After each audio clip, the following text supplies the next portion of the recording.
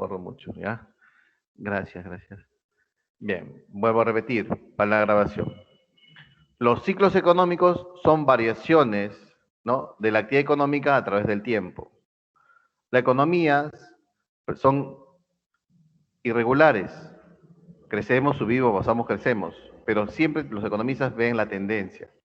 La tendencia es la expansión cuando la actividad económica crece, o sea, cuando el PIB crece, ¿no? Pero crecemos hasta dónde, profesor? Hasta llegar a un auge, que es el pleno empleo.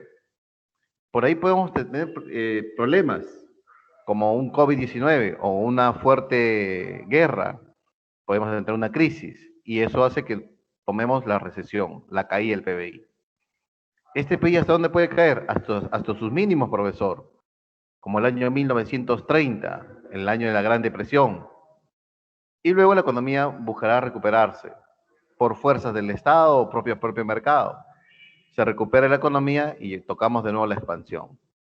Luego de la expansión vuelve el otro ciclo, ¿no? El auge, la crisis, recesión y así. Esos son los ciclos económicos. Entonces, cada ciclo económico tiene etapas y esas etapas tienen propias características.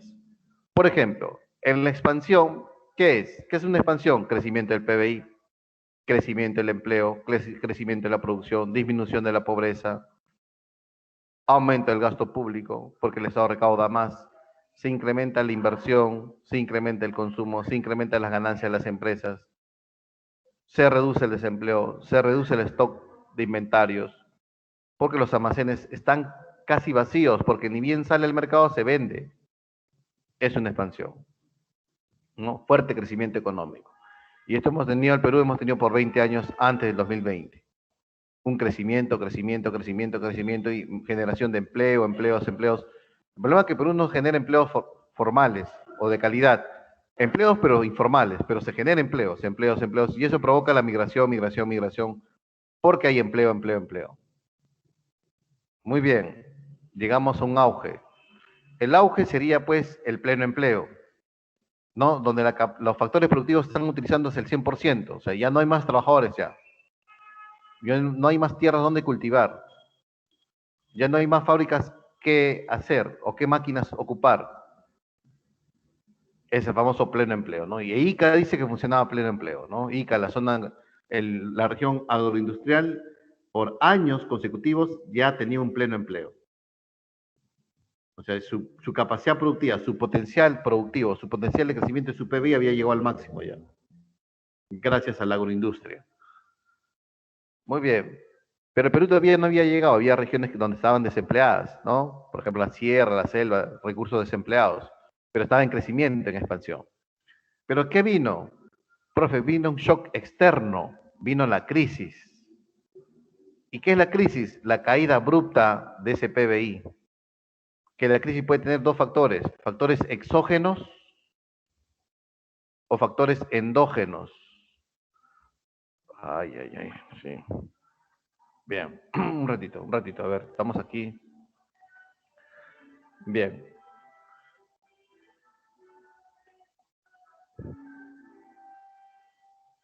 a ver, un ratito, ¿ya?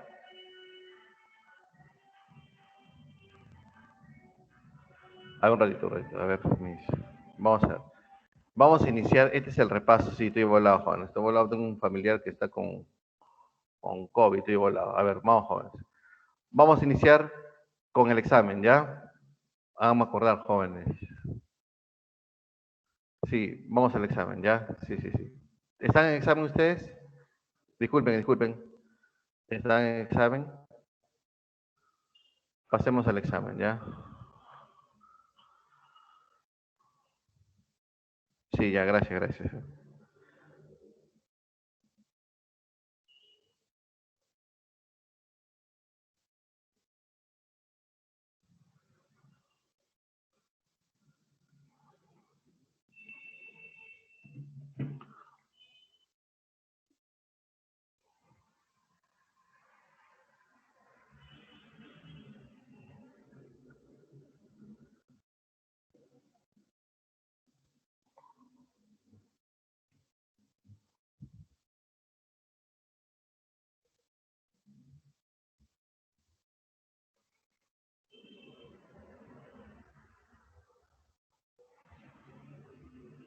Bien, estoy esperando acá, ¿ya?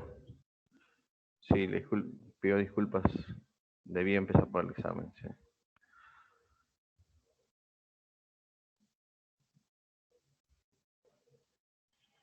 Pasó tanta nota.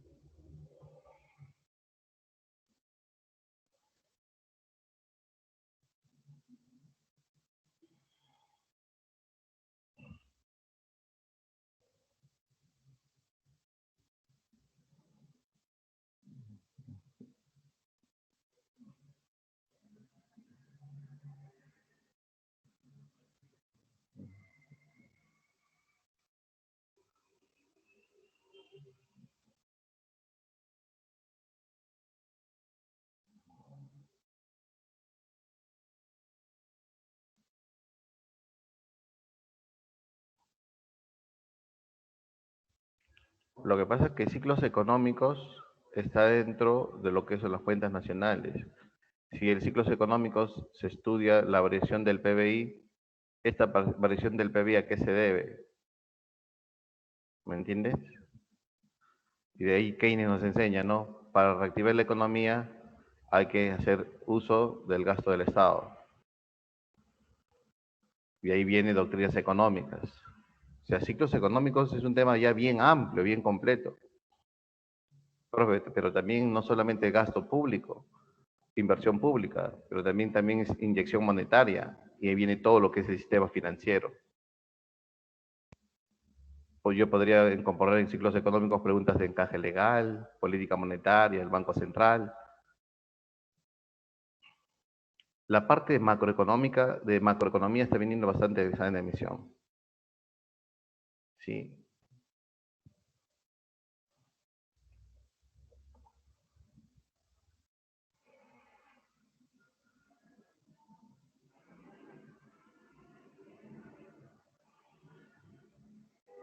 no se preocupe, no se preocupe, vamos a terminar.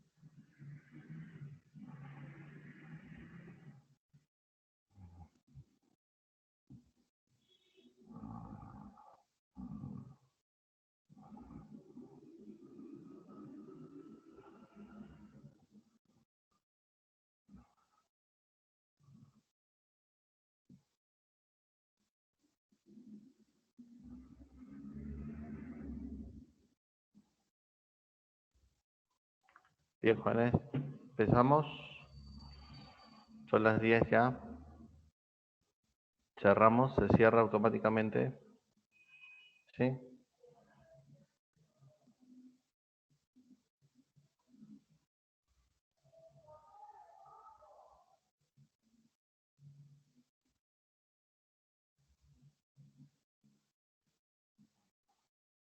Bien, vamos a comentar sus respuestas, ¿ya? La pregunta uno, de innovación para la competitividad y productividad, han marcado el 70% bien, correctamente. La pregunta 2, sobre una de estas mías fue otorgar un bono de descuento por la compra de balón de gas. El 68% marcado correctamente.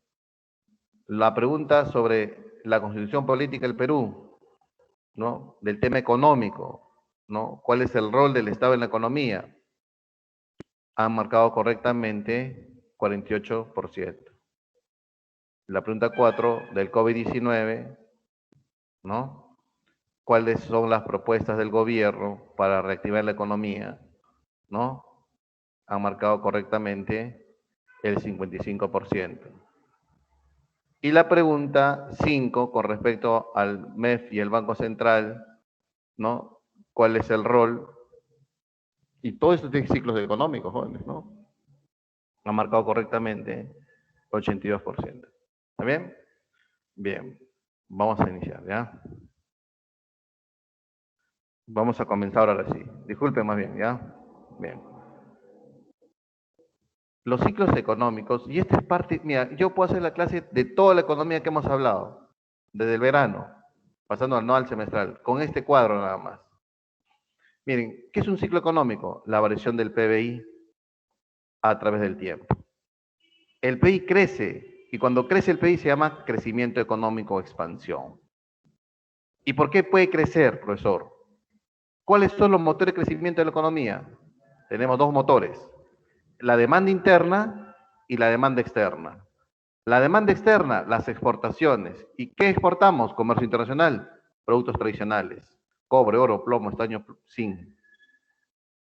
¿Sí o no? China es el mayor socio comercial de Perú. Casi el 60% de los minerales se va para China, nada más. Entonces, si China crece, demanda más minerales en el mundo. El precio del mineral sube, la exportación sube en el Perú y eso genera mayor crecimiento económico del Perú. Profe, pero si a China no crece, ¿seguimos creciendo? Sí, pero el crecimiento se hace más lento.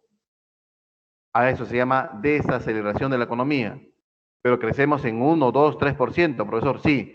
¿Y a qué se debe? Ya no es por el fuerte motor de la demanda externa, sino también por la demanda interna. ¿Cómo qué, profesor? El consumo de las familias se llama consumo privado, la inversión privada y la inversión pública, que se llama gasto del gobierno. ¿Se entendió? Entonces, el crecimiento económico en los 20 años del Perú ha tenido dos motores, la demanda externa y el consumo interno o la demanda interna. Si los dos están prendidos, crecemos fuertemente, 5, 6, 7, 8, 9, incluso hemos crecido hasta 9, 10% del PBI. Pero si uno de los motores se hace lento, como la demanda externa, crecemos a 3, 2, 1%. ¿Ya? Pero crecemos, jóvenes, ¿no? Crecemos. Ahora, ¿por qué podemos llegar, un país puede llegar al auge o al pleno empleo? Porque su capacidad productiva ya no va para más. Es como, por ejemplo, tú mira un taller que tiene tanta demanda, tantos pedidos de sus prendas, que trabaja mañana, tarde, noche y madrugada. Ya no puede crecer más y ese es el consumo. Ese es el pleno empleo. Está trabajando a su 100% de su potencial que pudo dar. Ese es el auge o la prosperidad. En los años de 1914, 1920 en Estados Unidos, porque Estados Unidos fue el gran beneficiario de qué cosa? De la Primera Guerra Mundial de Europa. Bien, pero luego viene qué cosa? Viene fuerzas que no queremos, causas que no queremos, y eso se llama la crisis. Y la crisis se debe a dos factores, al factor exógeno y al factor endógeno. Endógeno. Profesor, ¿qué es una crisis? Una caída abrupta del PBI, un cierre masivo de las empresas. Y en plena pandemia, el Perú perdió 1 millón de empleos, jóvenes. En Lima nada más. y 3 millones en todo el Perú. Profe, entonces, ¿ha tenido una crisis económica? Sí, ha tenido una crisis, pues, ¿no? Porque el Estado obligó al confinamiento, ¿no? Y el aparato productivo, algunas empresas, algunos sectores se paralizaron y eso genera enorme desempleo. Profe, ¿y eso qué puede provocar? Una recesión, y el Perú entró en una recesión. 12% del PIB ha caído el año pasado, 2020.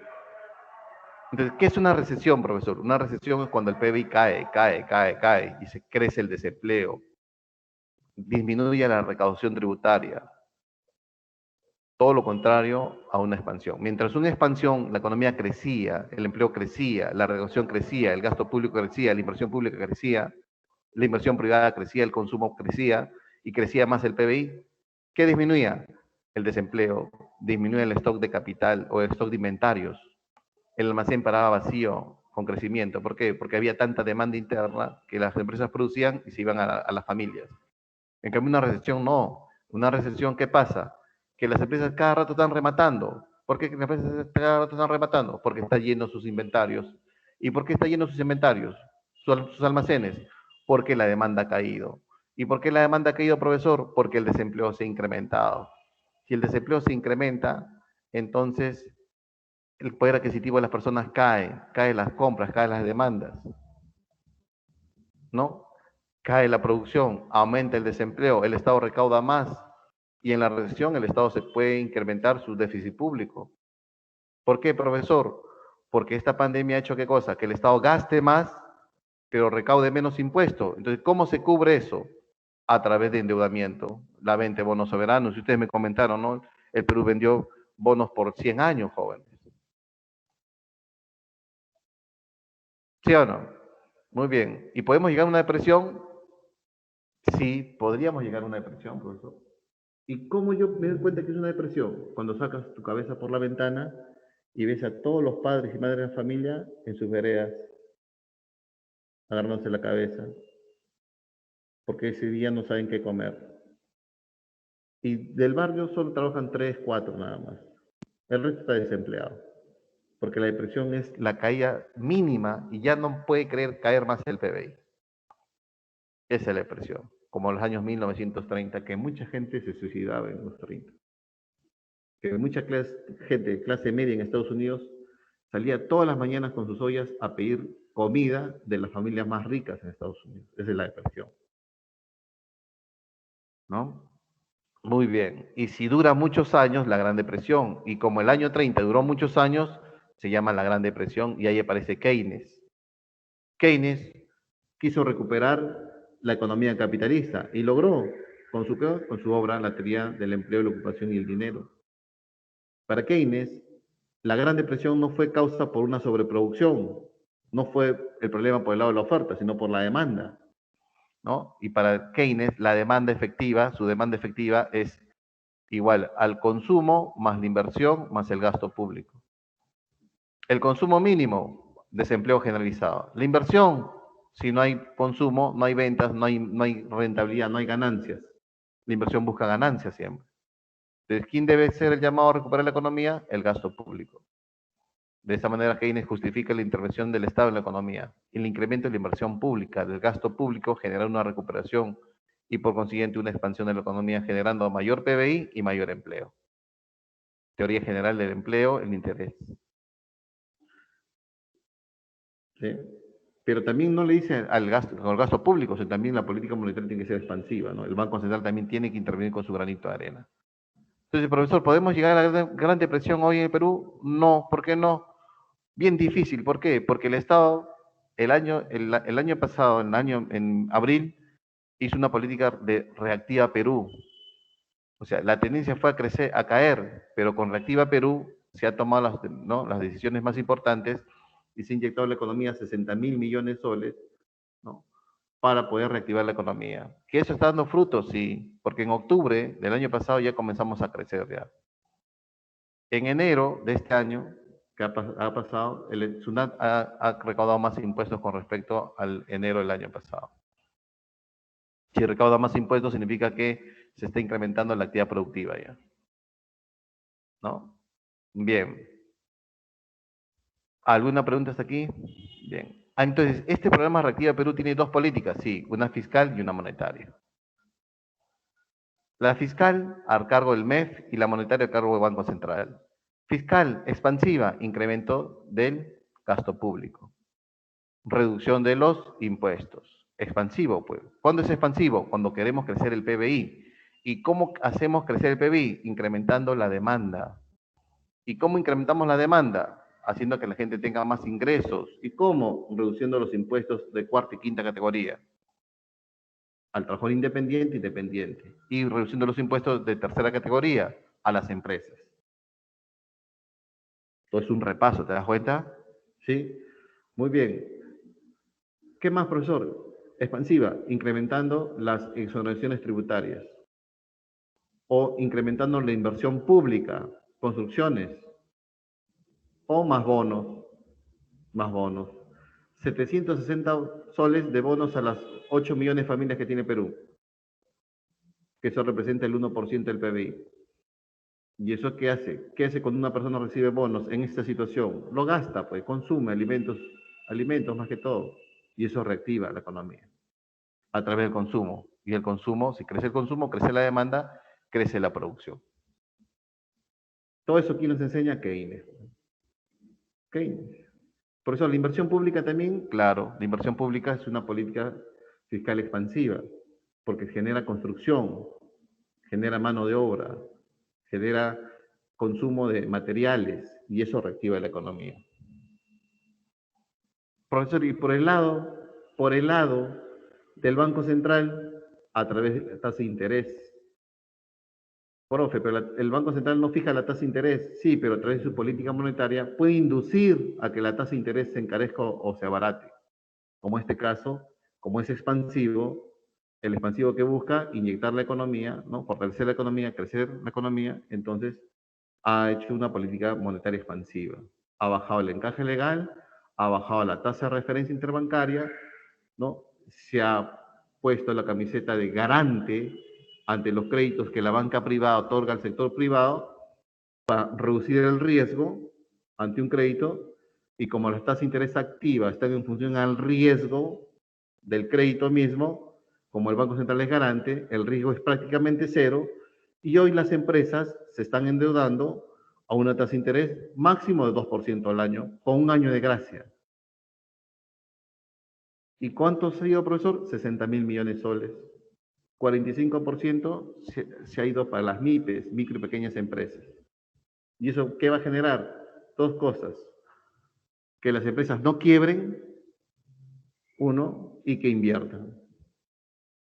Y eso va a dar frutos, está dando frutos, porque la economía se está volviendo a incorporar. Pero lo que no se preveía era el COVID-19, la segunda ola. Tremenda segunda ola. Más que la primera. Bien. Ahora, profesor, todo eso hace que la economía crezca y volvamos a recuperarnos, sí, y luego entremos a la etapa de crecimiento. Se pronostica que para el 2022 estemos en el mismo nivel de producción que el 2019. Entonces, a partir del 2019 ya vamos a crecer, pero ya es un crecimiento verdadero, porque todo este año va a ser una recuperación de lo que hemos perdido el 2020. De hacer esto, ¿no? Hacer esto. Hemos caído y vamos a recuperarnos.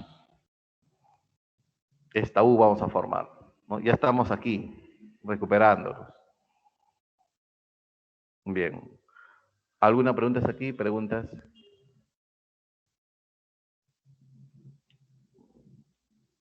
El nuevo orden de Keynes. Bien. Ciclos económicos abarca a todos, jóvenes, ¿no? Abarca a todos. Profesor, usted habló de los subsidios, sí. ¿Qué es un subsidio? Es transferencia del dinero del Estado al consumidor, a la persona directamente. Toma, compra menos. Subsidio, ¿no? O compra, pero yo ya puse la mitad, subsidio. ¿Y qué es una subvención? Es una transferencia también del gobierno. ¿Pero quién? Al factor productivo, a la empresa. Por eso esta pregunta, ¿no? De competitividad es subvención. Porque es un programa de competitividad. ¿Eso va para quién? Para las empresas. Pero el bono de instalación de gas, como está ahora, ¿no? El bono del buen pagador, el crédito de vivienda, son subsidios, jóvenes. O techo propio, son subsidios. Con techo propio creo que el Estado está dando 30.000 soles, son subsidios. Esa es la diferencia, ¿ya? Profe, ¿el COVID-19 es una variable exógena o endógena? Exógena, pues. Exógena de la crisis, ¿no? Guerras, maremotos, epidemias, son variables exógenas que provocan crisis. ¿Y cuáles son las variables endógenas propias del modelo económico? Subproducción, subconsumo, sobreproducción, supercapitalización. Son variables propias del modelo económico y esos son endógenas. Internas también le llaman. ¿Ya? Bien, continuamos, o más, hay más preguntas. La parte macro viene más ahora, ¿no? Profe, ¿y esta parte macro también tiene influencias en la micro? Claro que sí. Ha caído la economía, hemos perdido empleo en el 2020. Si la economía sigue cayendo, entonces el consumo cambia. Claro que sí. ¿Qué se va a demandar? ¿Más bienes normales o más bienes inferiores? Esa es microeconomía. Las familias que consumen más cuando los ingresos caen. Si el ingreso cae, yo consumo más de este bien, los bienes inferiores. ¿Y qué se consume menos? Los bienes normales, microeconomía. Y ley de Engel, ¿no? Si los ingresos caen, la mayor parte del presupuesto, la mayor parte de los salarios, ¿a qué se destina? Alimentos, ley de Engel. ¿Sí o no? ¿Qué es la supercapitalización? Las empresas que buscan ganar más, ¿no? ¿Qué hacen? Buscan reducir costos. Y esa reducción de los costos que genera que las empresas inviertan en activos financieros y se generen la famosa burbuja financiera, ¿no? El incremento superfluo de las acciones y bonos en la bolsa de valores. Y eso origina también crisis. Se dice que las vacunas privadas ya si se aprobó, porque tenía que aprobarse mediante una resolución, un decreto, ¿no? Del Ministerio de Salud. ¿Será positivo o negativo? Eh, Hoy sí debe ser positivo, ¿no? Porque la velocidad de vacunas tiene que ser rápida, jóvenes, rápida. Y el que puede, puede. Si no, el que no puede, que espere. Las burbujas bursátiles son problemas por supercapitalización.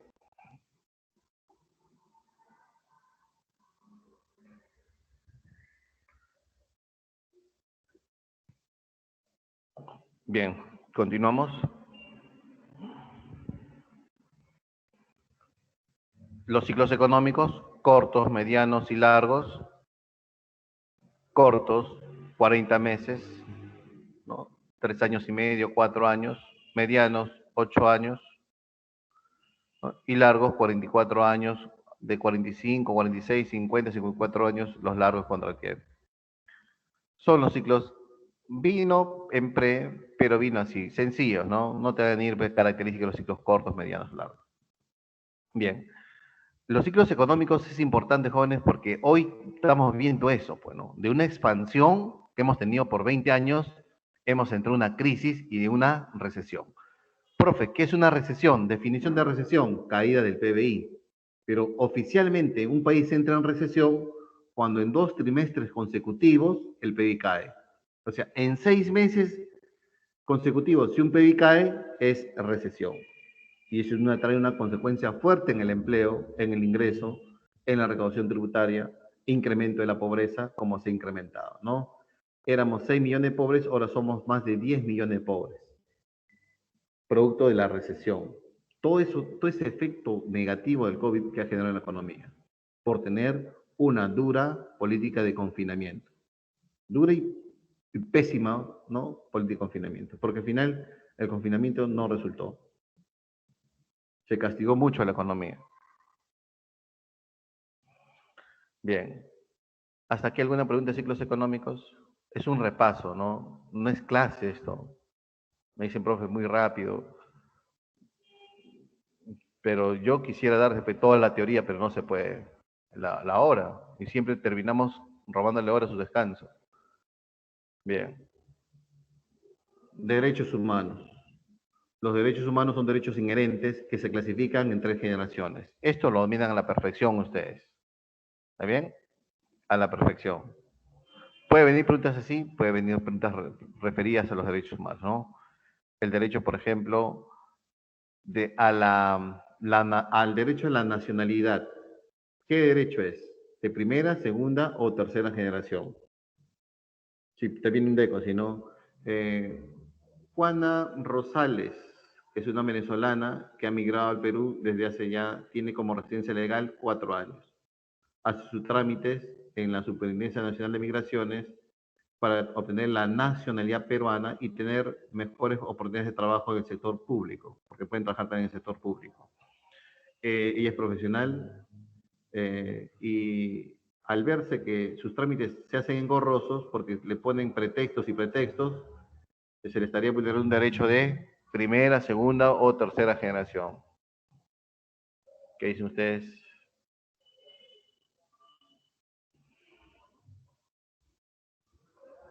Primera, ¿no? Muy bien. Primera, derecho civil, la nacionalidad, ¿no?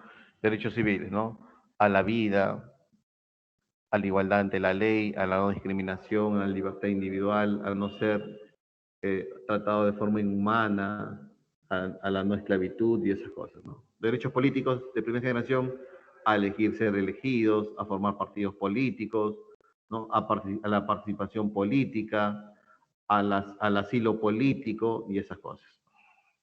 Bien, derechos de segunda generación, derechos económicos, sociales y culturales. Económicos, al trabajo, a las 8 horas, a la libre sindicalización, a la huelga, ¿no? Al salario justo, al descanso, son derechos económicos. Sociales, a la pensión ahora que está de moda la ONP. Si los economistas, todos los economistas están de acuerdo que ¿no? Están en desacuerdo con el retiro de la ONP, más bien que el tribunal ha declarado esa ley por insistencia del Congreso, ¿no? Inconstitucional. Pero si no hubiese declarado inconstitucional, se estaría retirando fondos de la ONP, que peligra la pensión de los que van a entrar a pensionarse este año y próximos años. Se estaría vulnerando un derecho que de segunda generación, el derecho social a la pensión, a la salud, a la seguridad social y derechos culturales a la gratuidad de la educación. Pero en nuestra Constitución, la educación es un derecho social. La salud es un derecho social, no es un derecho fundamental. Esa es la gran diferencia entre un país, ¿no?, desarrollado como un país como el nuestro. En los países desarrollados la salud es un derecho fundamental, por eso cuando tú vas a un hospital de país rico, la atención es gratis y las medicinas son gratis, porque es un derecho fundamental. En cambio aquí es un derecho social, un derecho aspiracional. Es un derecho que poco a poco se va a coberturar. Bien. Y derechos de tercera generación que aparecen después de la Segunda Guerra Mundial con la famosa Declaración Universal de Derechos Humanos. Son derechos promovidos por los países de la tercera vía, ¿no? Los países no alineados. ¿Y qué buscaban los países no alineados? La libre, la independencia económica, política de sus países, ¿sí o no? La libre autodeterminación de los pueblos, derechos solidarios, son los derechos de tercera generación, ¿no? ¿Qué tenemos como derecho de tercera generación? El derecho a la libre autodeterminación de los pueblos, el derecho a gozar del patrimonio de la humanidad, el derecho a la protección del medio ambiente, el derecho a la paz, armonía entre los pueblos, el derecho a solucionar problemas a través del diálogo y esas cosas. Bien, continuamos. ¿Cuál es la diferencia entre la Corte Interamericana de Derechos Humanos y la Comisión Interamericana de Derechos Humanos? ¿Ya?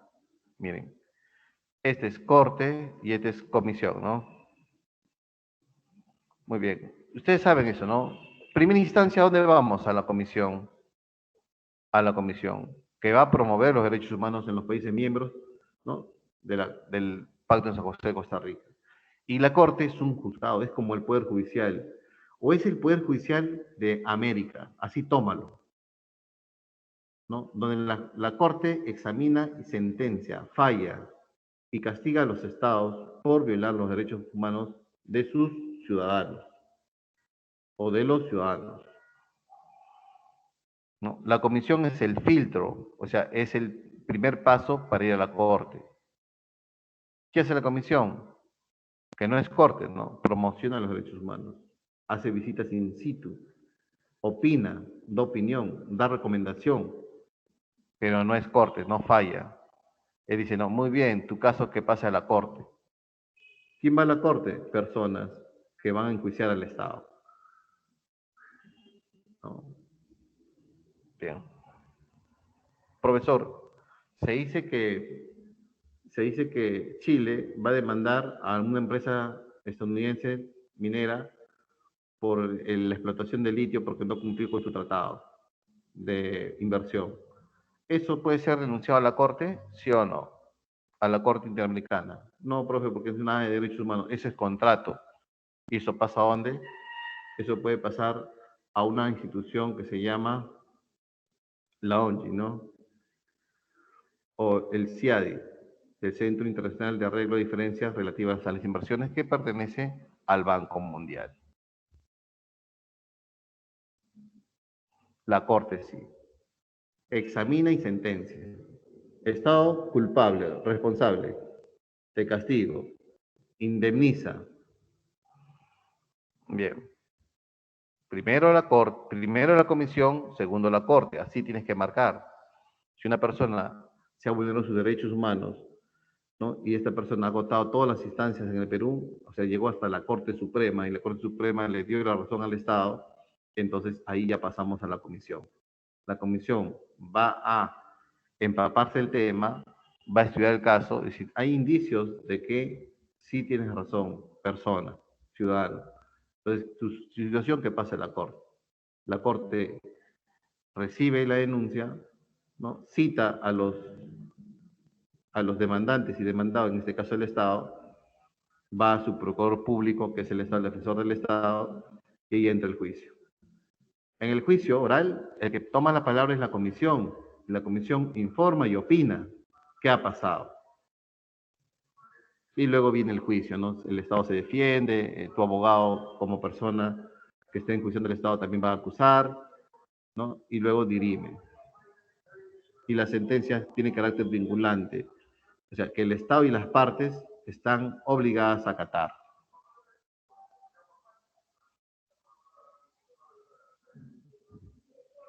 Bien, continuamos. Y lo que le había dicho, ¿no? La característica de los socioeconómicos. Esto no se hace en economía. Yo no hago esto, no hago, pero siempre hay que estar de acuerdo a lo que hace, ¿no? Miren, características de los niveles socioeconómicos de Perú. Este es un dato, no es antiguo, ¿eh? Porque, miren, albergan a 31,9 millones de habitantes, no incluida población migrante venezolana que se estima en 800.000. Ahora se estima en 1.200.000, o sea, son 400.000. Este dato debe ser de un año como máximo. O sea, es un dato moderno, ¿ya? Muy bien.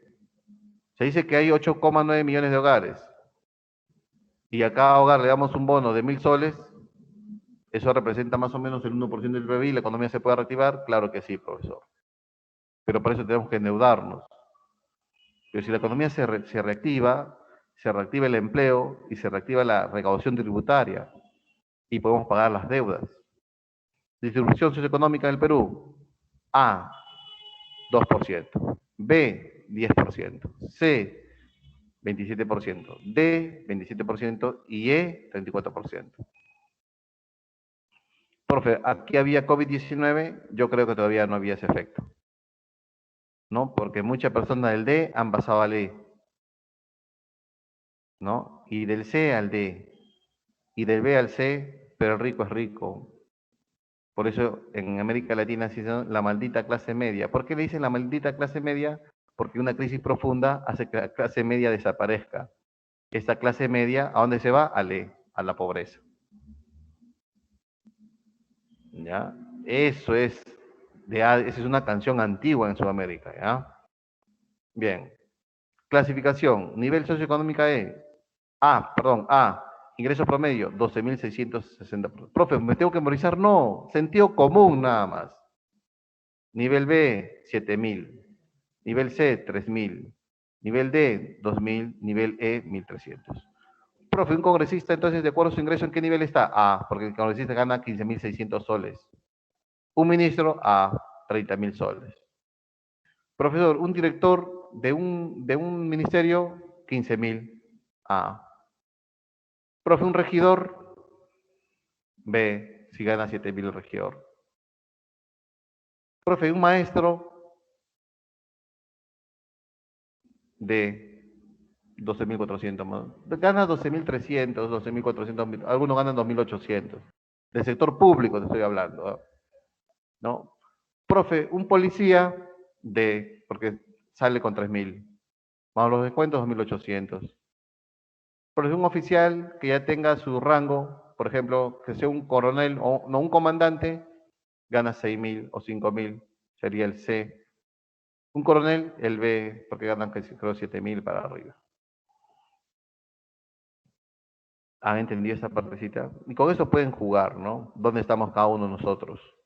Mami, ¿cuánto estás ganando? Papi, ¿cuánto estás ganando? Sumas y ya, de acuerdo al ingreso, ya sabes dónde estás para que hagas tu ejercicio. Profe, un obrero y una obrera se casan y tienen dos hijos, ¿qué nivel socioeconómico es? Ah, si ambos se casan y los dos trabajan, sea el nivel socioeconómico E o D, ¿no? Mínimo, mínimo. No, será E. Está por debajo de esto. Profe, cuán importante es la educación, ¿no? Claro que sí. ¿Bien? ¿Se entiende? El gasto corriente del Estado es altísimo, jóvenes. Es alto, porque tenemos demasiada burocracia. En cambio, el gasto en capital, que es la inversión pública, la que debe ser, es bajo en comparación al gasto corriente. También el presupuesto está de cabeza. Mientras que en otros países desarrollados el gasto corriente es alto, perdón, el gasto capital es alto, pero la inversión pública tiene buenas obras públicas, ¿no? El gasto corriente es bajo. En cambio aquí es al revés, por la burocracia. Características promedio de las viviendas en nivel socioeconómico A, número de ambientes, 5. Pisos, parquet o madera pulida. Profe, parquet o madera pulida. ¿Por qué, profe? Porque cuesta más, pues. Nivel socioeconómico B, número de habitantes, número de ambientes, 4,6. Pisos, losetas o terrazos. Losetas, pues es cerámica, ¿no? La que vemos nosotros, ¿no?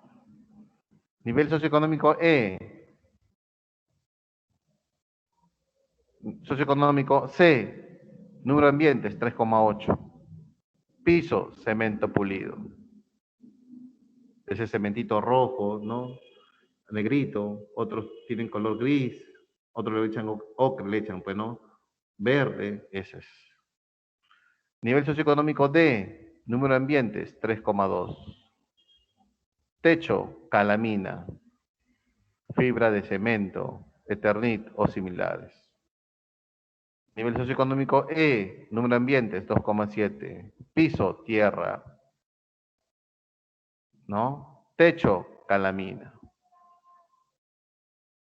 Y así cuánto nos hemos empezado, ¿no? Nosotros empezamos, se empieza así, ¿no? Terrenito, chocita, esterita, maderita, sacas todo, pones el cimiento en ladrillo sin tarrajear, ya tienes tu casa, tu puerta de fierro para que no entren los choros, y ahí estás dentro, ya tienes tu sala, pero de tierra. Y poco a poco se progresa así. Lime es así, es una realidad, ¿no? Pero pasar del E al D, y D al C, y del C al B, y B al A, creo que esto es trabajo y educación, ¿ya? Características promedio del jefe del hogar, universitaria completa, en el nivel socioeconómico A, 60% a más es empleado de alguna empresa. Profe, empresa privada, claro, paga más que el Estado. El B, 55 años. La edad es parecida, ¿no? 50% a más es empleado de alguna empresa universitaria completa. El C, 53 años, presencia importante de trabajadores independientes, secundaria completa. El D, 51 años, mayoría de trabajadores independientes, secundaria incompleta. Y L, 54 años, más del 70% de trabajadores independientes, primaria incompleta. ¿Te das cuenta? Miren, todos son, casi son independientes todos, pero mira la educación que te da. ¿Ya? Bien. Preguntas aquí. ¿No hay preguntas? Para de frente llenamos ya. Bien. Vamos a terminar las preguntas, ¿ya? Nos pasamos, pero nos pasamos 11:15. Sí, ¿ya? Bien. ¿No hay dudas? ¿No hay preguntas? Entonces, este es nuevo por ustedes, ¿no? Es nuevo. ¿Puede venir? Puede venir. Puede venir. Profe, ¿me tengo que memorizar? No. Intuición nada más. Intuición. Intuición. Los ingresos, relacionen. ¿Quién está en el A? ¿Quién está en el B? De repente tienes un primo que gana bien, ese está en el A. ¿Cuánto gana? ¿Sabes cuánto gana? Ya no te has olvidado. ¿Ya? Bien. Uno, fue la pregunta de la práctica, ¿no? Bien. Clave lo uno es transferencia de dinero a quién? Al sector productivo. Por eso se llama subvención. Subvención. Dos, clave la dos,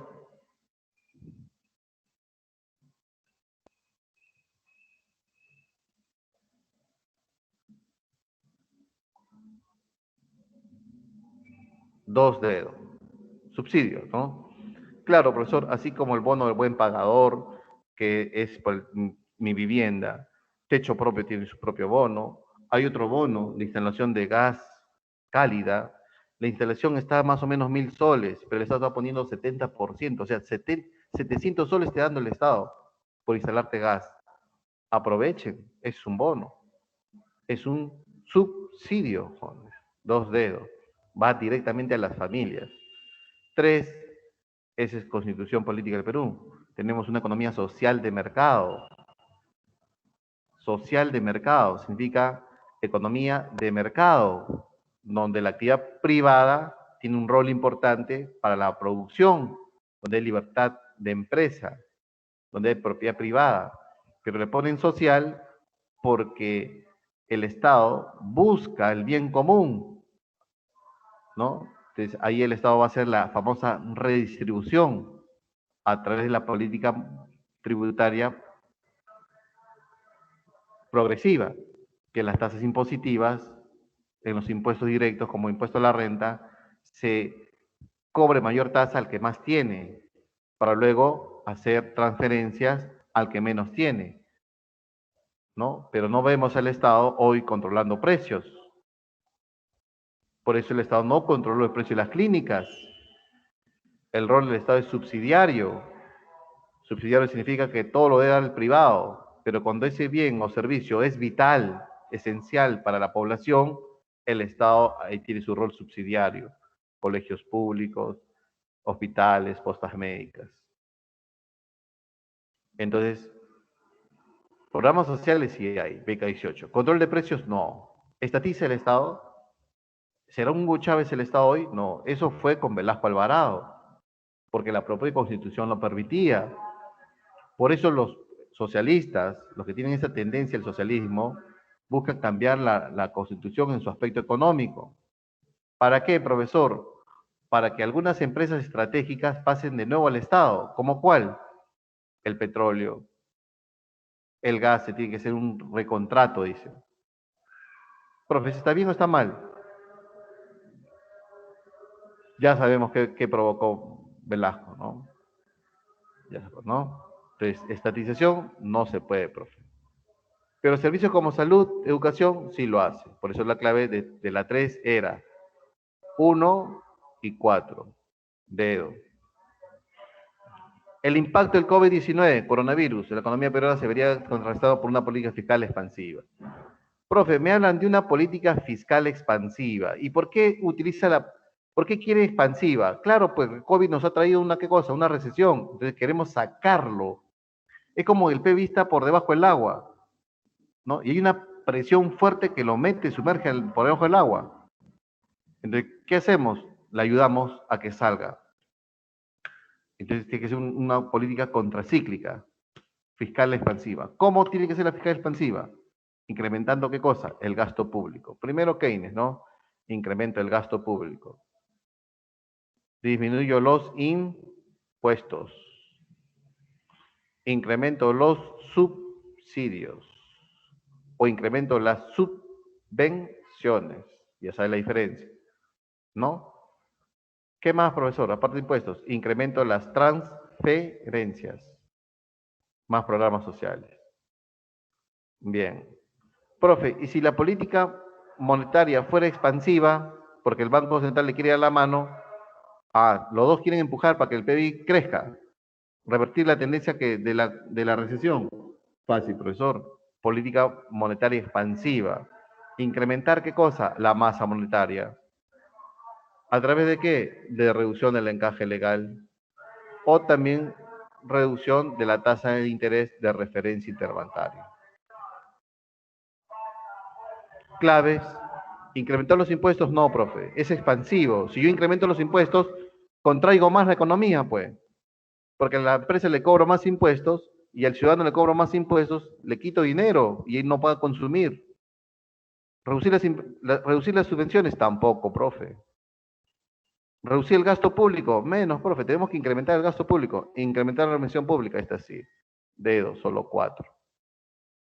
Respecto a las herramientas del Estado para afrontar shocks externos, el shock externo fue de 2009, pues, ¿no? La crisis de la burbuja inmobiliaria en Estados Unidos y Europa, que afectó a todas las bolsas del mundo, afectó a la economía peruana, pero en 2009 crecimos en 1% mientras el mundo entró en recesión, porque hicimos una política contracíclica.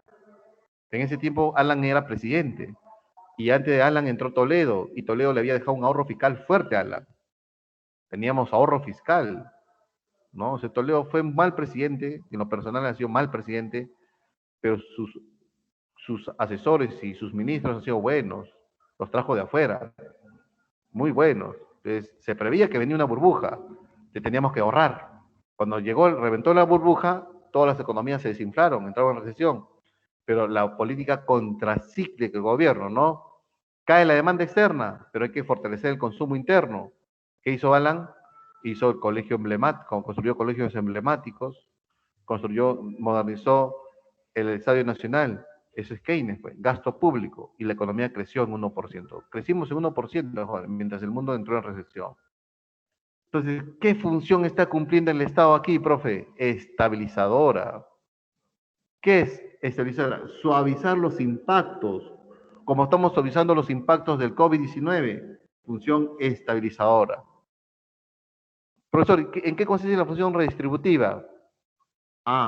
Es que el Estado es el Robin Hood, le cobra a las empresas grandes más impuestos, a las empresas chicas menos impuestos, a las familias más ricas más impuestos, ¿no? Y luego se transfiere a las que menos tienen, a través de su presupuesto público. Bien. 6. Ha tomado medidas monetarias y financieras orientadas a promover el correcto funcionamiento de los mercados. Dichas medidas se enfocan en reducción de costos de financiamiento. Cuando dice costo de financiamiento, reducción de la tasa de interés, ¿sí o no? Por eso el Banco Central es garante. La provisión de liquidez del sistema financiero a reducir el encaje legal y la tasa de referencia.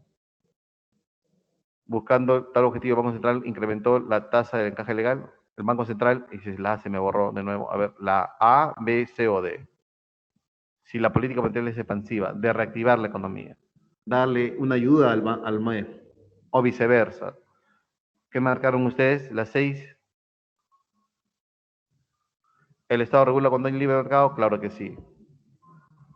Regula porque hay presencia de monopolios y oligopolios. Recuérdate. Regula porque hay externalidades negativas. 6 casa. A ver, 6 casa. Redujo la tasa de referencia. ¿Puede incrementar el encaje legal? No, porque eso hace que el crédito se encarezca. ¿Incrementar la tasa de referencia? Peor todavía. ¿No? Muy bien, 6 casos. Yo le aseguro que estas partes va a venir porque es de parte de macroeconomía y viene bastante macro. 7 y 8, ya lo que pide el programa. Fase del ciclo económico donde se manifiesta una existencia de sobreproducción, quiebra masiva de las empresas, paro forzoso. Quiebra masiva de las empresas. ¿Dónde hay una quiebra masiva? En un día en Europa, en España quebraron más de 600 empresas. En un día, ¿no? Es una barbaridad, ¿no? Eso es la crisis, ¿no? La 8, tanto en los sectores de alimentación y manufacturero. Un país acaba de aumentar su producción en los últimos años, tanto en el sector inversión realizada en los últimos años, tanto en sectores de alimentación y manufacturero. Alimentación, bienes de consumo, y manufacturero, bienes de capital. Bienes de capital. Muy bien. ¿Qué más dice? Que en un país incrementa el PBI. Incrementa el PBI, o sea, estamos creciendo. En este caso, la etapa del ciclo económico está representada por A, depresión, recesión, reactivación o crecimiento. ¿Qué marcamos? Así puede venir esa emisión. ¿No? Descartamos dos, pero ¿con cuál de las dos me quedo, profe? Hasta ahora no lo puedo resolver.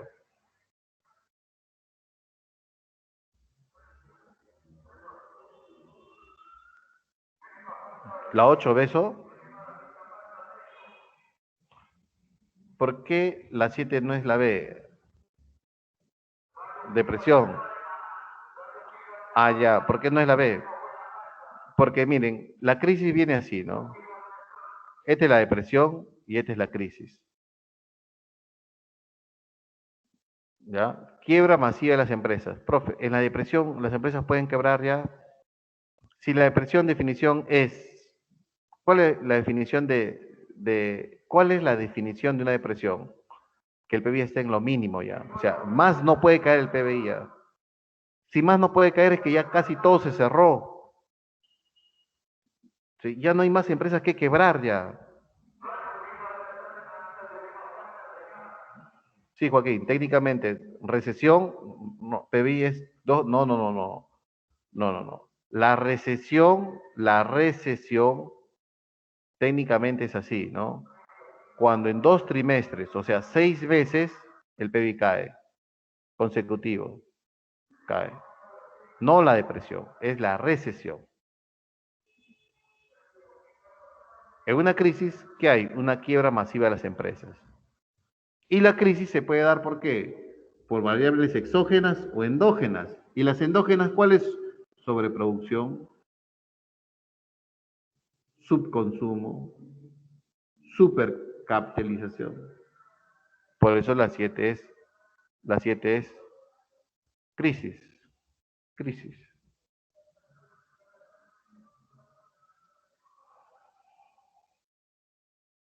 ¿Me entiendes? ¿Está bien? Joaquín, no. Adrián, pues, sí, no. ¿Cómo defino la depresión, profe? Cuando no hay más que cerrar, profe. La economía está produciendo, pero solamente para comer. O sea, ¿qué funciona el agro? Para que nosotros podamos comer siquiera un almuerzo diario, nada más. Esa es la depresión. Profe, ¿se produce bienes manufacturados? No. ¿Para qué vas a producir máquinas si las empresas no invierten?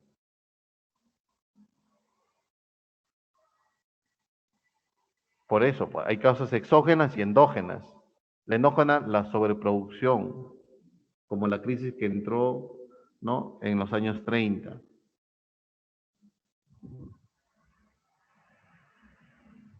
Bien. La 8, ¿cuál sería la clave de la 8?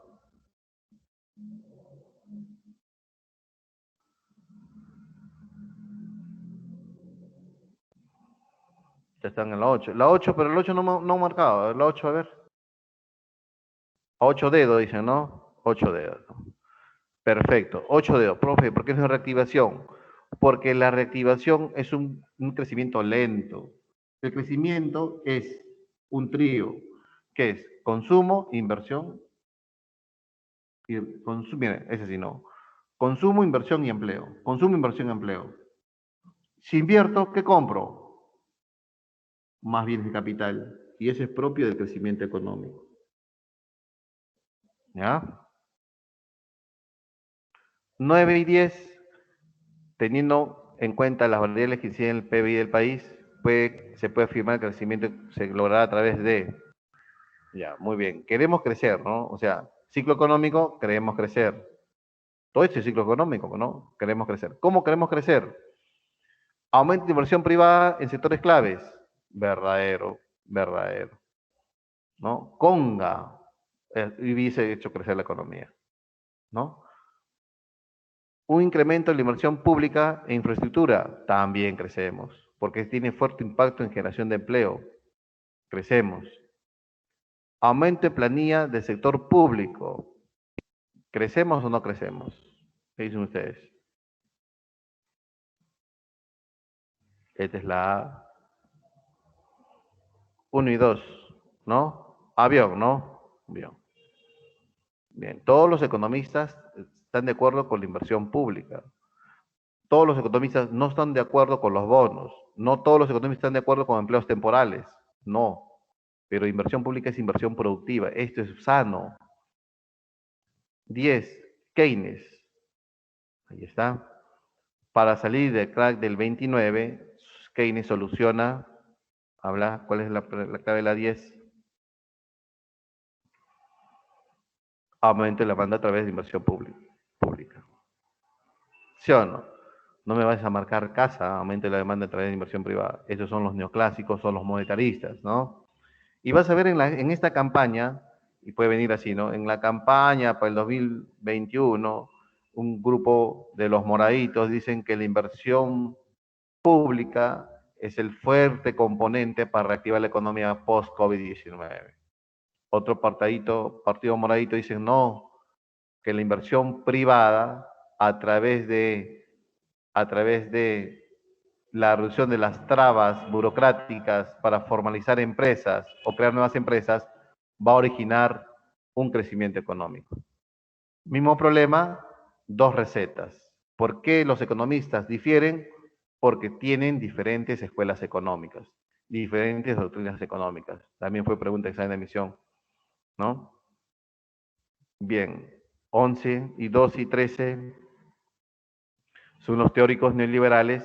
Una manera de salir de la recesión es 11 y 2 y 13. A ver, ustedes dominan eso. 11 beso, desregular la economía, ¿no? Menos presencia del Estado. Mediante un aumento del gasto público. Un neoliberal estaría de acuerdo. Ah, ya, bien, beso, ¿no? Estoy volado, ¿no? Bien. Avión no, porque avión es keynesiano, ¿sí? Bien. 12.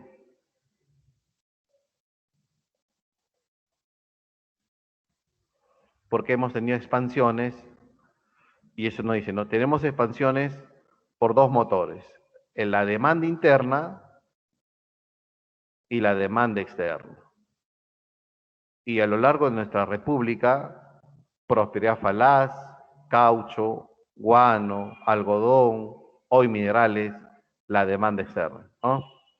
Por las famosas exportaciones tradicionales. 12, avión. 13, fase del ciclo económico en donde se caracteriza un periodo de escasez de producción, en la producción, comercialización y consumo de productos y servicios, quiebra masiva de empresas, despidos laborales. Pues esa es crisis, ¿ya no? Profe, pero que no era sobreproducción, ahora me dice escasez de producción. Lo que pasa es que la crisis tiene causas. Hay una sobreproducción, subproducción, subconsumo, supercapitalización. Aquí te puede confundir. Son 4 causas endógenas de la crisis. Entonces, 13, dedo. 14, su principal síntoma es el desempleo, situación en que la oferta de empleo es mayor que la demanda. Acá te puede confundir. Pregunto, ¿quién ofrece empleo? ¿Quién hace la oferta laboral? Las familias. ¿Y quién hace la demanda laboral? Las empresas. O sea, aquí hay desempleo. Su principal simple es el desempleo, ¿no? Así pues, que el resultado del desempleo se traduce en reducción del consumo del bien, un deterioro de la demanda agregada. Desde el punto de vista de la oferta, los niveles de producción decaerán a solo bienes de consumo. A solo bienes de consumo. O sea, vamos a comer nomás, jóvenes. A ver, ¿cuál sería la clave de la 15? Perdón, 14, 15, la depresión, ¿no? La depresión. Y la 15 se hace evidente un cambio positivo, ¿no? O sea, estamos haciendo así, un cambio positivo, ¿no? Cayendo, así, ¿no? Este es un cambio positivo, ¿no? Aumento del empleo, ganancias empresariales, alza de los precios, mayores inversiones, consumo de las familias. Clave, apogeo es esto acá, depresión es aquí, recuperación es esto aquí, el inicio del crecimiento y recesión es esto aquí, ¿no? Entonces, 15, casa. ¿Está bien? Perfecto. 16,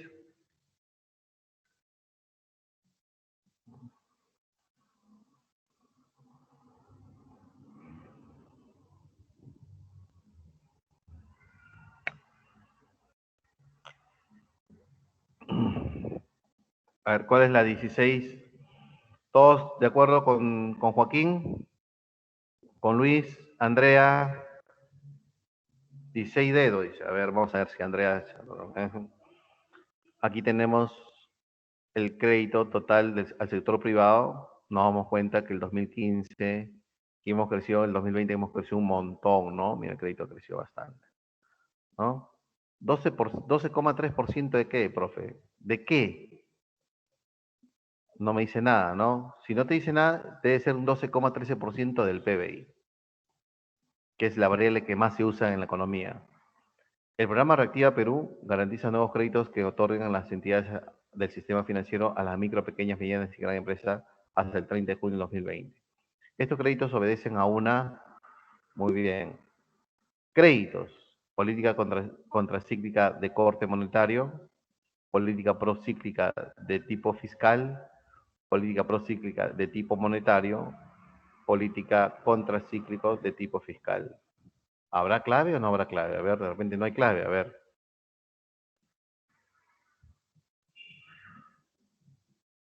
A ver, ¿qué marcaríamos? A ver, ¿qué marcaríamos? Es crédito.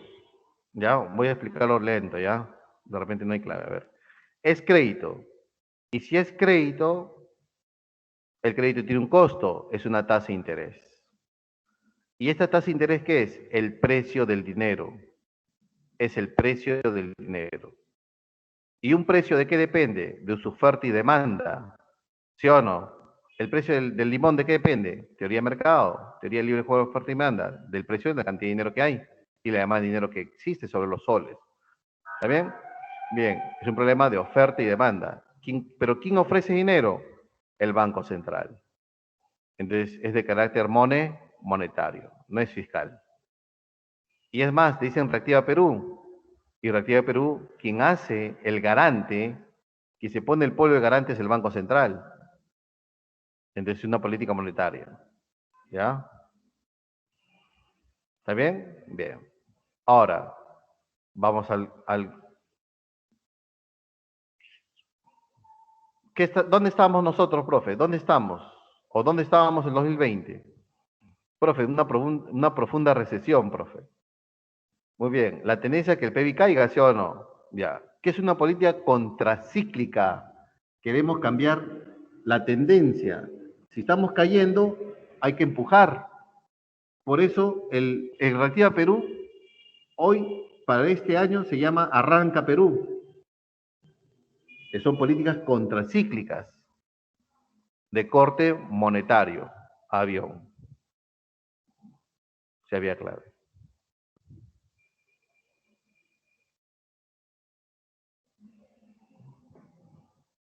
No, no es de fiscal. Pues. Todo lo que es fiscal descarta, pues, porque lo fiscal es del Banco Central.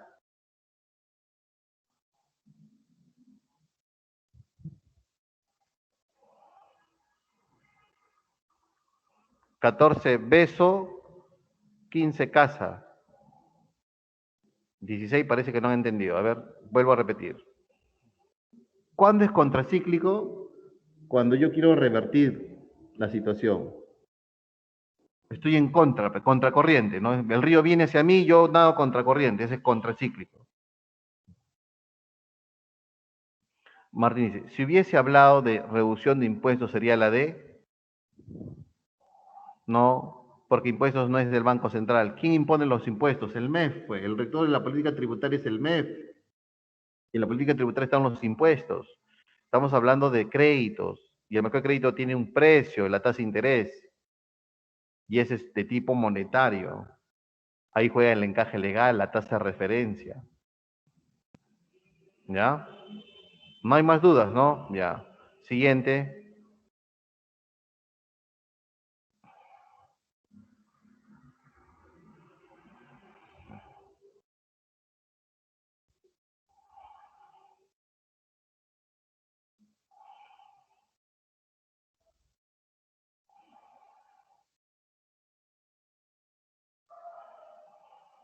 El COVID-19 fue la principal causa de la profunda recesión económica, que es un factor exógeno, ¿no? Ese está regalado, profe, ¿no? 17 casas, ¿no?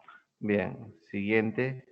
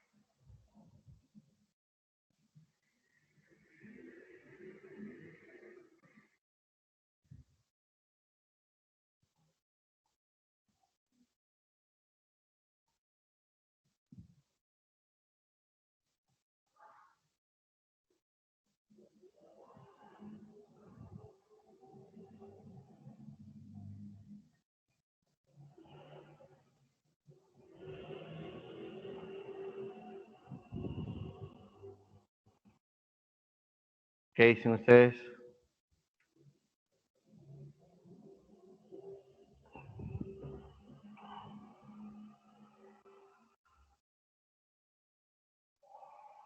Está bonita la pregunta, ¿no? Gráficos viene un montón. Ha venido de gráficos en economía. Viene gráfico. Este puede ser una pregunta de razonamiento verbal, ¿sí o no? ¿Que viene gráficos en razonamiento verbal? Puede ser una pregunta.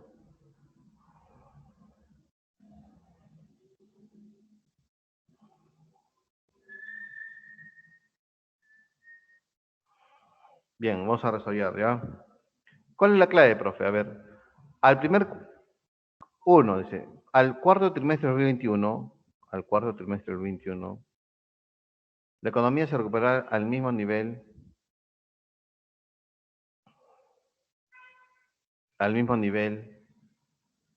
que el 2019, estaría en el mismo nivel, este está en 100, que es el base, ese es 98,5. ¿Es el mismo nivel? Profe, dudo. Bueno, vamos con los dos. La caída más marcada de la economía se dio en el periodo del primer trimestre de 2020, primer trimestre, ¿no? Enero, febrero, marzo. No, no será el segundo trimestre, ¿no, jóvenes? Mire que está acá, ¿no? Fuertemente, ¿no? Dos no es, profe. Tres, se incrementa la velocidad de recuperación a partir del cuarto trimestre de 2020, cuarto trimestre de 2020, la velocidad, o sea, crece aquí. No, profe, casi parejo está, profe, ¿no? Bien. 4, según la tendencia de la economía peruana, según la tendencia, y mira la tendencia, ¿cuál es la tendencia? ¿La tendencia a qué cosa? A que suba, ¿sí o no? Bien, según la tendencia de la economía, alcanzaron los mismos niveles de 2019 en el primer trimestre del 2022, por acá tenemos el 2022, y en el primer trimestre sí puede alcanzar, profe, ¿no? Sí puede alcanzar por aquí. Para marzo, para febrero ya puede alcanzar, estaríamos en 100 de nuevo. Entonces, si yo marco avión, estoy contradiciendo mi respuesta, pues. Porque tú en uno estás diciendo que es el mismo nivel, y en 4 estás diciendo que para recién el 2020 está en el mismo nivel. Entonces la clave es dedo, ¿no? Dedo. ¿Ya? Bien, muy bien, Martín, muy bien. Continuamos. 19. Claro, gráficos toma un montón de tiempo, ¿no? Clave la 19.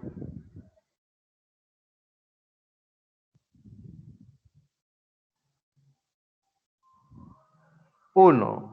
Vemos aquí, el rojo es 2020, el azul 2021, ¿no? El PBI. Perú ha caído más que todos los países sudamericanos, ¿no? Pero es el país que más se va a recuperar también. Y este es un dato del FMI, el Banco Mundial. La economía argentina volverá a sus niveles de producción de 2021. Vamos a Argentina. Cae fuerte. Argentina ha caído más o menos en 11% o 10% y medio. Y se va a recuperar solamente un 5%. Profe, no, falso. Chile se acerca a un crecimiento promedio de la región. Chile, ¿cuánto va a crecer Chile? Acá hay un 4 y acá hay un 5. Va a crecer en un 5%. Promedio, a ver, este crece 5, 5, 5. ¿Puede decir que es promedio? Sí, ¿no? ¿Puede ser? Sí. Ya. ¿El empleo tendrá una mayor recuperación en la economía peruana? Sí, profe, porque es la economía que más va a crecer.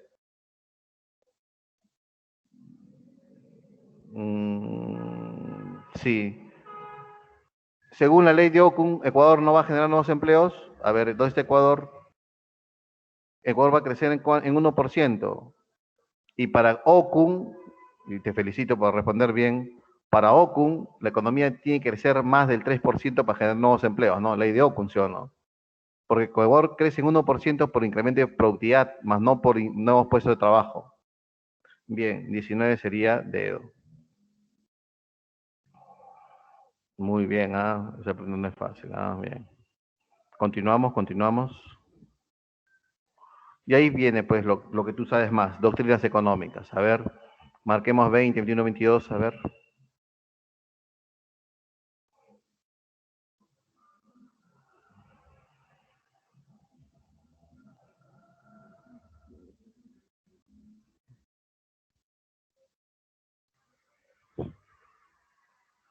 El valor subjetivo, teoría del valor subjetivo, son los neoclásicos, ¿no? Los neoclásicos. Neoclásicos. Y a eso le sumamos los precios, entre el juego de la oferta y la demanda, ¿no? Microeconomía neoclásica. 21. La crisis es algo inherente a todo sistema capitalista. Es una concepción establecida por la escuela. ¿Quién decía que al final la profunda crisis va a eliminar el capitalismo?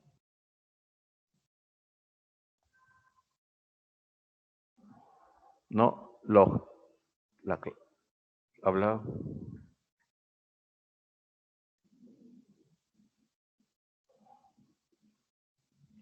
El capitalismo presenta su crisis que es inherente, propia a sus contradicciones. La contradicción en las relaciones sociales de producción.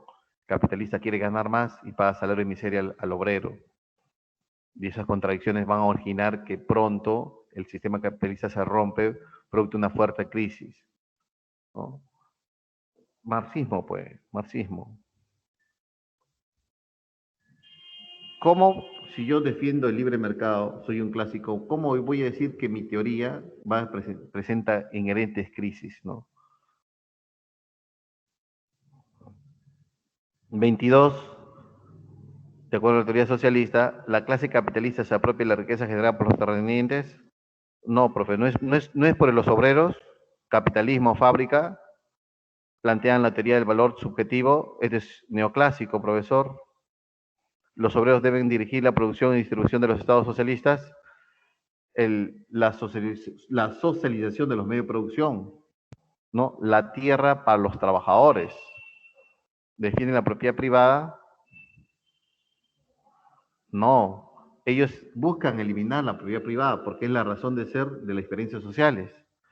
Clave 22 avión, ¿no? 22 avión. 23.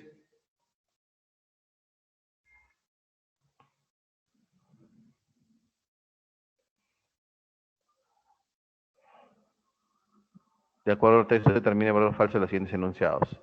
Los mercantilistas serían defensores de este incremento de los aranceles. La guerra comercial entre Estados Unidos y China, ¿sí o no? ¿Estarían felices los mercantilistas? Claro, pues su tesis, proteccionismo económico, pues, ¿no? Proteger mi mercado interno. Sí. ¿Las propuestas se relacionan con la doctrina monetarista? No, porque el monetarismo, ¿no?, se basa en el libre mercado, en la liberalización de los mercados, en las privatizaciones. No, no, profesor, eso no va. Con el cobro de los aranceles se protege la industria nacional, verdadero. Los clásicos están en contra de las medidas proteccionistas, verdadero. Casa, ¿no? 23 casa, ¿no? ¿Está bien? Muy bien. 24, el equipo económico desde Fujimori hasta la fecha ha ido reduciendo radicalmente la presencia del Estado. Vendiendo cerca de 200 empresas públicas, esta decisión obedece a los principios de una teoría que en la actualidad es casi de aplicación universal y que establece que el equilibrio económico se debe dejar al libre juego de la oferta y la demanda. Planteamiento determinado por los...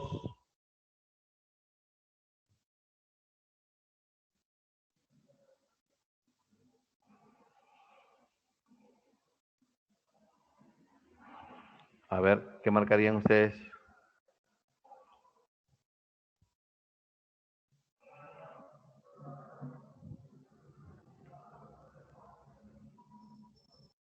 El libre juego de la oferta y la demanda. Profe, ese no es de microeconomía. Claro, profe. Y ahí no hay un Marshall ahí que habla de elasticidades, teoría de la demanda, de la oferta, ceteris paribus. Sí, profe, ¿no? De la escuela neoclásica, ¿no? Bien, siguiente.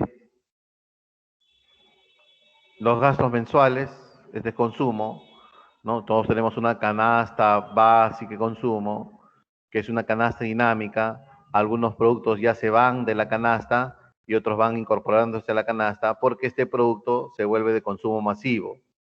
El Netflix se estaba pensando meterlo este año y el Spotify también se iba a meter acá a la canasta base de consumo por su consumo masivo. Eso se pensó para este año, pero la crisis ha hecho que muchos tengan Netflix o ya decidan en su contrato de Netflix. Habría que ver el impacto del COVID-19 en los contratos de Netflix en el Perú. Todo un estudio, ¿no? Bien, clave de la 25 beso, ¿no? Hay dos productos que no pertenecen ahí, ¿no? El viaje al Caribe y un Rolex. Nadie, pues si el Rolex fuera dentro de la canasta de base de consumo, entonces en el micro todos tendríamos un Rolex. O la mayoría, o 10 de 20, 10 de 30. No es así. 26, la pesca marítima destinada al consumo humano, el consumo humano utilizada en la preparación de harina y aceite. La pesca marítima destinada al consumo humano utiliza en la preparación de harina y aceite de pescado incrementos de como mientras que la pesca para consumo humano creció debido a la captura de especies para la preparación de curado y para la elaboración de enlatado. Sin embargo, disminuyó la captura y preparación de congelado. Bien, ¿qué marcamos ahí? A ver, humano.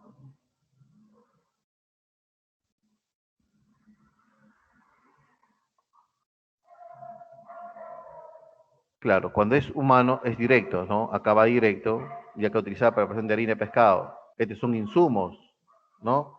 Indirecto, ¿no? Avión, muy bien. Consumo indirecto, ¿no? Si la familia de 4 miembros tiene una capacidad de gastar 1.376 soles al mes, entonces se puede afirmar que el nivel socioeconómico de la familia es... Vimos distribución con ustedes en un semestral, creo. ¿Se acuerdan? Había una línea de la extrema pobreza, línea de la pobreza, ¿no? ¿Se acuerdan?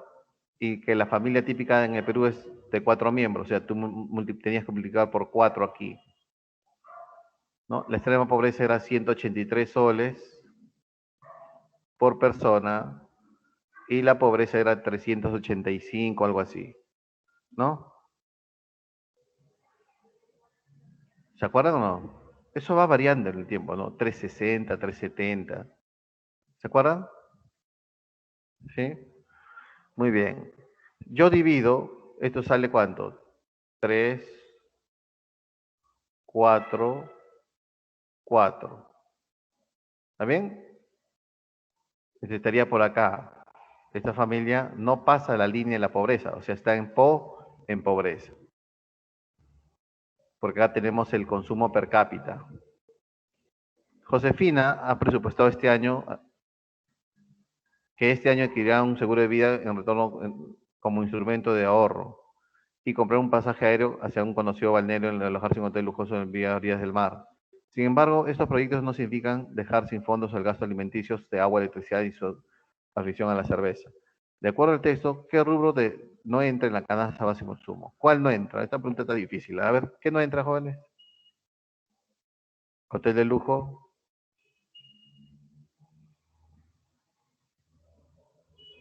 pasaje aéreo, bebidas.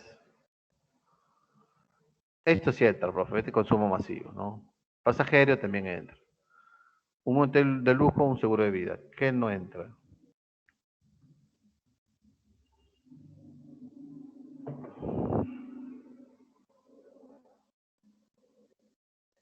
¿Quién de los dos tiene menor consumo masivo?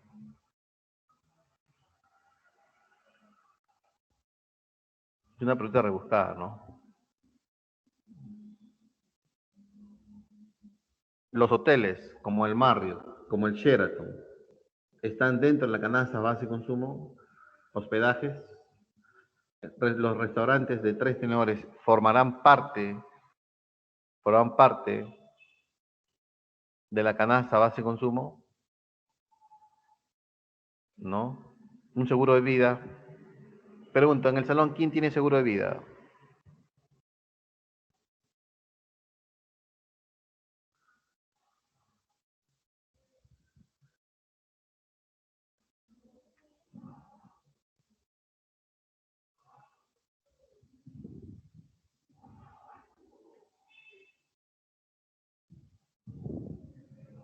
Yo tampoco. Pero alguien ha ido a comer a un restaurante 3 tenedores dentro de un hotel de lujo. No solamente los hoteles te dan servicio de alojamiento, te dan restaurantes, te dan salas de esparcimiento, un concierto se puede hacer en un hotel de lujo, ¿no? Hay tragamonedas en un concierto de lujo, ¿no? Hay también, a ver, profesor, ¿dónde más hay hoteles de lujo? A ver, ¿qué temas nos puede dar? Capacitaciones, charlas y esas cosas, ¿no? Mi puerta no tiene seguro. Portón viejo, puro tranca, ¿no? Dice que es, a ver, ¿no? Bien, bien. Vuelvo a decir, ¿no?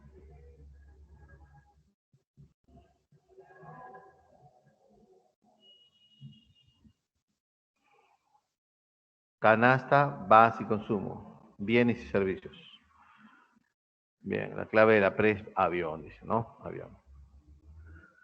2% de las familias en el Perú son ricas, nivel socioeconómico, no ricas, sino nivel socioeconómico A. Pero el B, y el B y el C, cuando no te casas, vas a ir al hotel, ¿no? Pecados, tu noche de boda, ¿dónde lo haces? Habla, a ver, ¿dónde harías tu noche de bodas? ¿Vas a hospedarte dónde? ¿En Hotel Perejil? No, pero se supone que vamos con esfuerzo, ¿sí o no?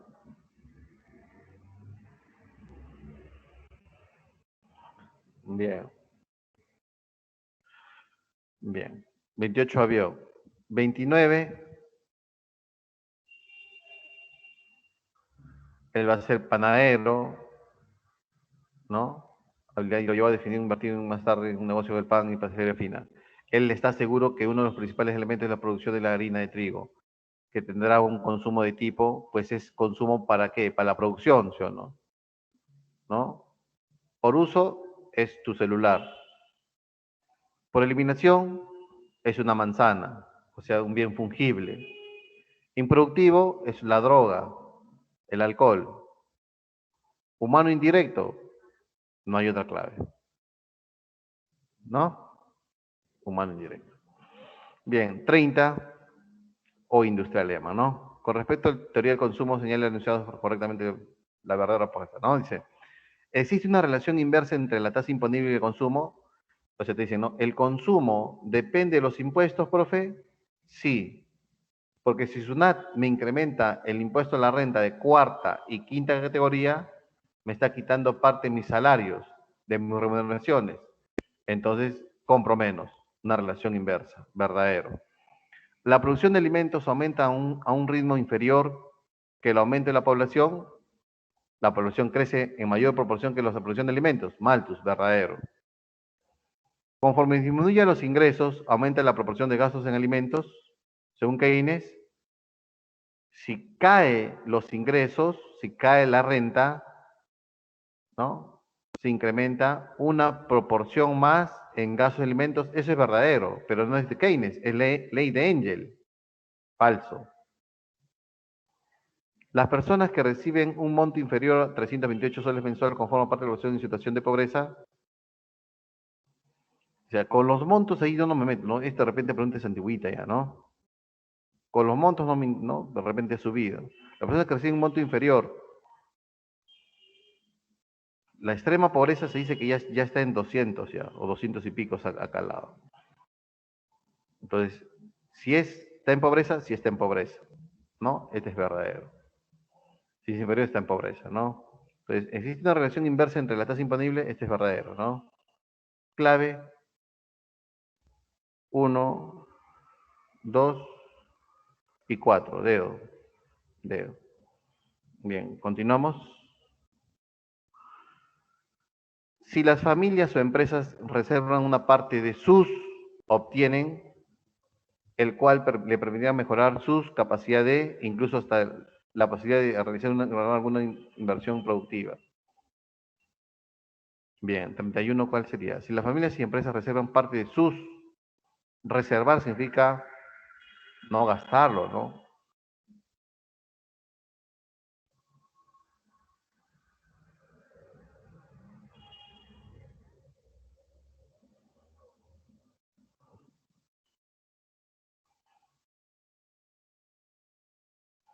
¿Qué marcamos? A ver, 31. Si las familias reservan una parte de sus ingresos, debe ser acá, obtienen ahorros por acá, el cual les permitirá mejorar su capacidad de consumo, pero no hay acá consumo, de inversión, las familias, avión, ¿no? Avión, avión. Perdón, dedo. Ingresos, ahorro, el cual les permitirá mejorar su capacidad de consumo, incluso destinarlo a la inversión. Pero recuerden que las familias invierten, sí, invierten solamente en una actividad, en construcción. La construcción de las familias, jóvenes, la construcción de las familias dentro de las cuentas nacionales se llama inversión.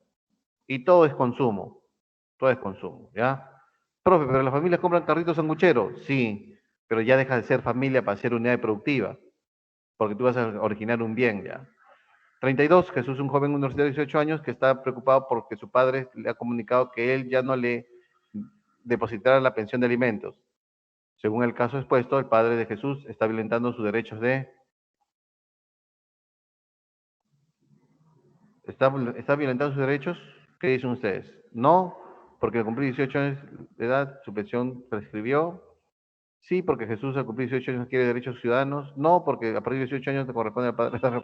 Y sí, porque los derechos de Jesús son incondicionales e interdependientes. A ver, ¿qué pregunta esa? ¿Qué pregunta? ¿32 qué es? A ver. No, porque al cumplir la mayoría de edad, su derecho a la pensión prescribió.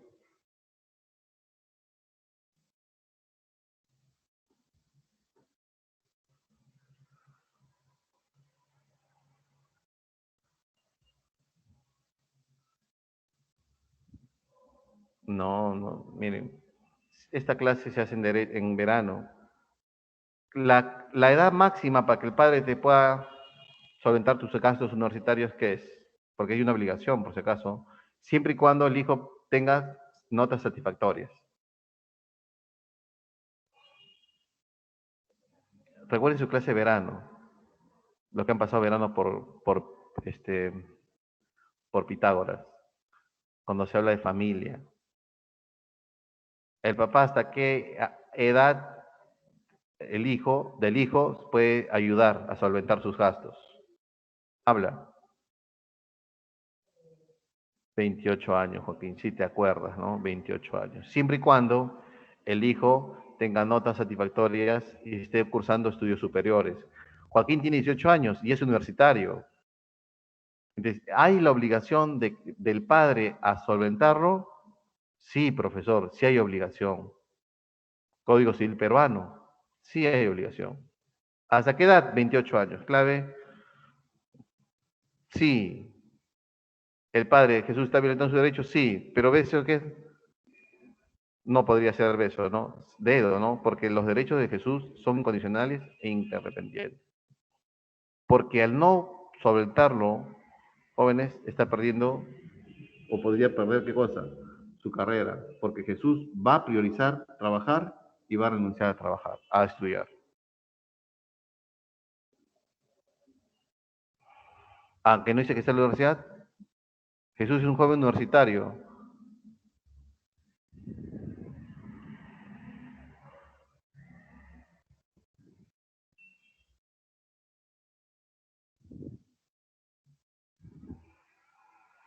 Bien. 33 y 34. Establece relación correcta en generación de derechos humanos en casos expuestos. Primera, segunda y tercera. China envía médicos a Perú para unir esfuerzos de lucha contra el COVID-19. Jóvenes protestan en la Plaza Mayor de Cusco contra las pruebas rápidas. Y los pacientes COVID-19 son atendidos eficientemente en ICA. Qué bonita pregunta. ¿Ah? Bien. Clave de la 33. Aquí yo puedo decirle que estos son solidarios. Puede ser, ¿no? ¿A qué es el derecho a la salud? Sí, profe. ¿Y el derecho a la protesta es un derecho político? Sí. ¿Está bien? Entonces, ¿qué sería? Un obeso, dos, a ver, no, ¿cómo un obeso? Estoy confundido. A ver, China,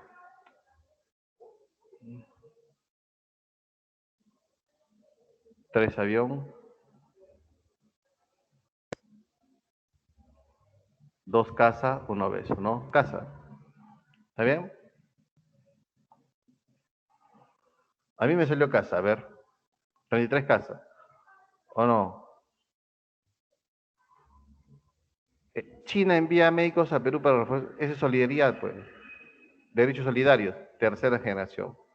Pacientes COVID-19 son atendidos eficientemente en ICA, derechos a la salud, segunda generación. Pongo mejor acá, primera generación, segunda generación. No, esta es tercera, tercera. Tercera generación solidarios y esta es primera generación. Y con eso ya ustedes pueden resolver. ¿Está bien? Bien. Pedro trabaja en una empresa de seguros y fue despedido arbitrariamente después de 20 años de su servicio.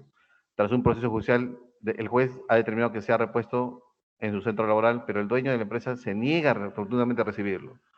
¿Qué garantía constitucional puede... Ah, ya, derechos humanos, ¿no? Garantías constitucionales. La 334,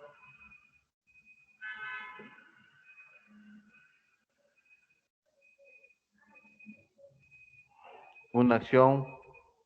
habeas corpus, cumplimiento, habeas data. Un ratito para ver, la 34, ¿cuál sería? Hay una resolución judicial que hay que habla. ¿Cuál sería? Corpus no es, ¿no? Data, beso, ¿no? Una acción de cumplimiento, ¿no? Y en la 34 nos quedamos, jóvenes, ¿ya? 34 besos. Bien, faltan algunas preguntitas, pero esas preguntas son ya adicionales para su trabajo, ¿no? Para su tarea. ¿Está bien? Que la tarea la voy a dejar ahorita en las notas, ¿ya? Cuídense, jóvenes, nos estamos viendo hasta la siguiente semana. Nos vemos, cuídense. Tengo que ir a la clase, ya se va a empezar la clase anterior, ¿ya? Cuídense, nos vemos, cuídense.